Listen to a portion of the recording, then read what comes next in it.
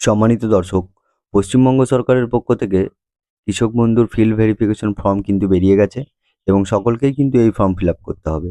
আপনি যদি কৃষক বন্ধু প্রকল্পের সুবিধা পেয়ে থাকেন, তাহলে আজকের এই ভিডিওটি আপনার জন্য অত্যন্ত গুরুত্বপূর্ণ। কারণ রাজ্য সরকার কৃষক বন্ধু নতুন প্রকল্পের জন্য ফিল্ড ভেরিফিকেশন বা ক্ষেত্র সমীক্ষা শুরু করে দিয়েছে। কিন্তু প্রশ্ন হলো, এই ফিল্ড ভেরিফিকেশন কেন করা হচ্ছে? কার বাড়িতে কার তথ্য যাচাই করা হবে? কারা কৃষক বন্ধু প্রকল্পের সুবিধা পেতে থাকবেন আর কারা এই যাচাইয়ের পরে তালিকা থেকে বাদ পড়বেন? অনেকেই ভাবছেন শুধু ফর্ম পূরণ করলেই হবে, কিন্তু বাস্তবে এই ফর্মে এমন কিছু তথ্য নেওয়া হচ্ছে যেগুলোর ওপর নির্ভর করেই ঠিক হবে আপনি ভবিষ্যতে কৃষক বন্ধু প্রকল্পের সুবিধা পাবেন কি পাবেন না। আজকের ভিডিওতে আমি শুধু ফর্ম ফিল আপ করা দেখাবো না, প্রতিটি অপশনের মানে কি, কেন নেওয়া হচ্ছে এবং কোন তথ্য ভুল দিলে আপনার সমস্যা হতে পারে, সব কিছু খুব সহজে বুঝিয়ে দেব। তাই ভিডিওটি একদম শেষ পর্যন্ত দেখুন, কারণ শেষের দিকে আমি এমন কয়েকটি গুরুত্বপূর্ণ বিষয় বলবো যেগুলো অনেকেই জানেন না। চলুন, ফর্ম ফিল আপের আগে আমরা প্রথমে জেনে নিই কেন এই ফিল্ড ভেরিফিকেশন হচ্ছে। প্রথমে জেনে নেওয়া যাক সরকার এই ফিল্ড ভেরিফিকেশন কেন করছে। এর মূল উদ্দেশ্য হলো প্রকৃত কৃষকদের শনাক্ত করা, সরকারি রেকর্ড, ব্যাংকের তথ্য, আধার এবং জমির রেকর্ড একে অপরের সঙ্গে মিলিয়ে দেখা। কেউ যদি অযোগ্য হয়, তাহলে যাতে সরকারি সুবিধা না পান, আর যারা প্রকৃত কৃষক তারা যেন কোনো সমস্যার সম্মুখীন না হন। অর্থাৎ সরকার এখন প্রত্যেক সুবিধাভোগীর তথ্য আর একবার করে যাচাই করবে। তাহলে এখন প্রশ্ন হলো, কারা এই সুবিধা পেতে পারেন আর কারা নাও পেতে পারেন? এই ফর্মে এমন কিছু তথ্য চাওয়া হয়েছে যেগুলো থেকে বোঝা যায় একজন ব্যক্তি যোগ্য কি না। যেমন, যদি তিনি প্রকৃত কৃষক হন, তার নামে চাষযোগ্য জমি থাকে, ব্যাংক ও আধারের সঠিক তথ্য থাকে এবং অন্যান্য শর্ত পূরণ করেন, তাহলে তিনি কৃষক বন্ধু প্রকল্পের সুবিধা পাওয়ার যোগ্য হতে পারেন।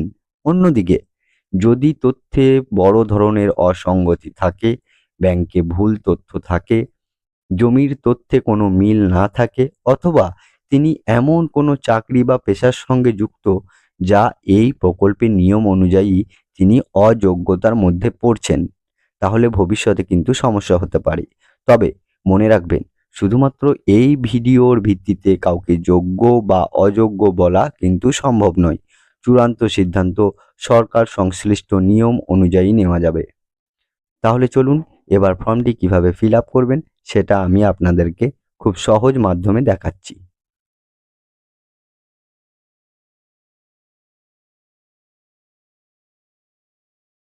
সম্মানিত দর্শক, ফর্মের শুরুতেই একেবারে ওপরে আপনারা দেখতে পাবেন এখানে লেখা আছে কৃষক বন্ধু আইডি নাম্বার। এই আইডি নাম্বার কিন্তু আপনাদের সকলকেই লাগবে।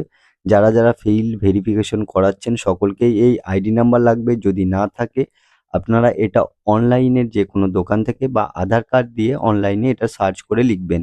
এই নাম্বারটা না লিখলে কিন্তু আপনাদের ফিল্ড ভেরিফিকেশন ফর্মের যে পদ্ধতি সেটা কিন্তু অসম্পূর্ণ থেকে যাবে। তো এই নাম্বারটা লেখার পরে আপনারা নিচে দেখতে পারবেন এখানে কিন্তু সুবিধাভোগীর নাম দেওয়া আছে।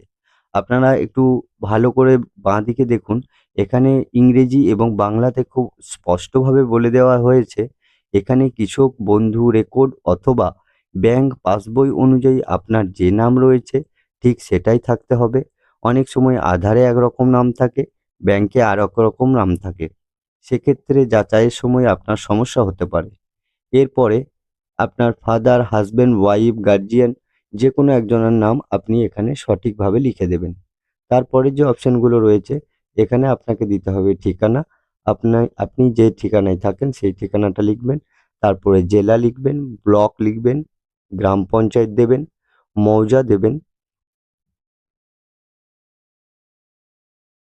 এর পরের প্রসেস আসছে ব্যাংক ডিটেলস। ব্যাংকের তথ্য এখানে দিতে হবে আপনাকে, ব্যাংকের নাম এবং ব্যাংকের শাখার নাম ঠিক যেমন দেওয়া আছে। প্রথমে আপনার যদি পাঞ্জাব ন্যাশনাল ব্যাংক হয় আপনি সংক্ষিপ্তভাবে লিখবেন P.N.B এবং একটা স্ল্যাশ দেবেন এবং আপনার যে শাখার নাম সেটা কিন্তু একসঙ্গেই লিখবেন। মানে এই ঘরেতে প্রথমে ব্যাংকের নাম এবং শাখার নাম দুটো লিখবেন, তারপরে আইএফসি কোড দেবেন, তারপর অ্যাকাউন্ট নাম্বার দেবেন। এরপর আপনার আধারের সঙ্গে লিঙ্ক থাকা মোবাইল নাম্বারটি লিখবেন এবং আপনার আধার নাম্বারটা লিখবেন। তারপরে এপিক নাম্বার আছে, এপিক নাম্বার মানে আপনার ভোটার কার্ডের যে নাম্বার সেটা লিখবেন। এরপর আছে এসি নাম্বার, যেটাকে নিয়ে সকলেই অনেক বিচলিত হচ্ছেন। এটা বিচলিত হওয়ার কোনো কারণ নেই। এসি নাম্বার মানে হচ্ছে আপনার বিধানসভার নাম এবং নাম্বার। তো যদি না জানেন আপনার পাশাপাশি যে বিএলও আছে তাকে জিজ্ঞেস করবেন। তারপরে আছে পার্ট নাম্বার। পার্ট নাম্বার মানে হচ্ছে আপনি যে বুথের বাসিন্দা, আপনার বুথ নাম্বার কত সেটা কিন্তু দেবেন। এরপরে আছে সিরিয়াল নাম্বার। সিরিয়াল নাম্বার মানে হচ্ছে আপনি আপনার ভোটার তালিকায় কত নম্বর সংখ্যায় আছেন সেটা হচ্ছে আপনার সিরিয়াল নাম্বার। তো এগুলো দিয়ে দিবেন। এই তথ্যের মাধ্যমে আপনার ভোটার রেকর্ড এবং পরিচয়টা যাচাই করা হবে। এরপরে কিন্তু একটা এসআইআর ডব্লিউবিএ 2026 রিলেটেড কিছু কোয়েশ্চেন বা কোয়েরি করা হয়েছে। এই গুরুত্বপূর্ণ প্রশ্নগুলো হচ্ছে আপনার নাম এএসডিডি তালিকায় আছে কিনা, আপনি ট্রাইব্যুনাল মামলায় পেন্ডিংয়ে আছেন কিনা, সিএএ আবেদন আছেন কিনা। যা প্রযোজ্য হবে সেটাই কিন্তু আপনাকে নির্বাচন করতে হবে। আমার ক্ষেত্রে আমি কি করেছি সেটা কিন্তু দেখতে পারবেন।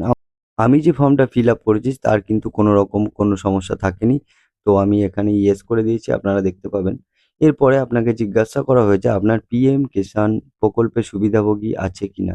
যদি হয়ে থাকেন তাহলে ইয়েস করবেন, না হলে না করবেন। প্রাইমারি অকুপেশন আপনাকে এখানে আপনার পেশা সম্পর্কে জিজ্ঞেস করা হয়েছে। তো আপনারা বেশিরভাগ ক্ষেত্রে এটা কৃষক করার চেষ্টা করবেন। আমি কিন্তু কৃষকই করেছি। এরপরে ৯ নম্বর কলমে যেটা বলা হয়েছে যে আপনার যে জমি তার কিন্তু জেএল নাম্বার আপনাকে দিতে হবে। তারপরে আপনি প্লট নাম্বার দেবেন, মানে দাগ নাম্বার দেবেন এবং খতিয়ান নাম্বার দেবেন এবং চাষযোগ্য জমির পরিমাণ, মানে আপনি কতটা পরিমাণ জমিতে চাষ করেন সেই টোটালটা কিন্তু আপনাকে এখানে লিখতে হবে। এরপরে বলছে যে আর খতিয়ানের তারিখ, এটা কিন্তু আপনারা যেদিন সার্চ করছেন সেই তারিখটা দেবেন না দয়া করে। আপনাদের যখন জমি মিউটেশন হয়েছিল তখন যে পর্চাটি পেয়েছিলেন তার নিচে একটা ডেট দেওয়া থাকবে এবং একটা অফিসারের নামও লেখা থাকবে বাঁদিকে। তো আপনারা সেই ডেটটা আপনারা দেবেন। এরপর আপনারা আপনাদের জমিটি কিভাবে পেয়েছেন? কিনেছেন নাকি বা উত্তরাধিকার সূত্রে পেয়েছেন বাবা-মায়ের কাছ থেকে কিংবা কারো নাম থেকে ট্রান্সফার করেছেন, সেই তথ্য কিন্তু আপনাদেরকে দিতে হবে।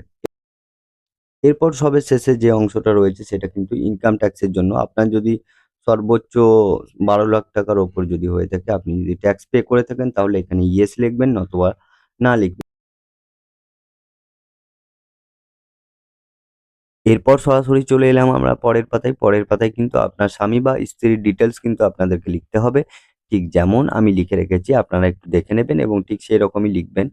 তো এটাই ছিল কৃষক বন্ধু প্রকল্পের ফিল্ড ভেরিফিকেশনের সম্পূর্ণ ব্যাখ্যা। কিন্তু এই ভিডিওর পরে আপনি খুব সহজেই কিন্তু বুঝতে পারবেন কোন ঘরে কি তথ্য দিতে হবে এবং কেন সেই তথ্য নেওয়া হচ্ছে। আরেকটা কথা, অনেকেই সোশ্যাল মিডিয়ায় নানা রকম গুজব ছড়াচ্ছেন, সবাই বাদ পড়বেন, সবাই টাকা পাবেন না। এই ধরনের তথ্য কিন্তু বিশ্বাস করবেন না। কারণ সবসময় সরকারি নির্দেশিকা অনুযায়ী তথ্য দিন এবং অফিসিয়াল আপডেট অনুসরণ করুন। সর্বশেষে যদি ভিডিওটি আপনার কাজে লাগে তাহলে একটি লাইক করবেন এবং অবশ্যই চ্যানেলটিকে সাবস্ক্রাইব করে পাশে থাকা বেল আইকনটিকে চাপবেন। কারণ কৃষক বন্ধু সরকারি প্রকল্প, দুয়ারে সরকার, পশ্চিমবঙ্গের নতুন নতুন প্রকল্প এবং আপডেট নিয়ে আমরা নিয়মিত ভিডিও কিন্তু এই ইউটিউব চ্যানেলে নিয়ে আসি। আপনার যদি কোনো প্রশ্ন থাকে অবশ্যই কমেন্টে লিখবেন। আমি যথাসম্ভব উত্তর দেওয়ার চেষ্টা করব। ভালো থাকুন, সুস্থ থাকুন। দেখা হচ্ছে পরবর্তী কোনো ভিডিওতে। ধন্যবাদ।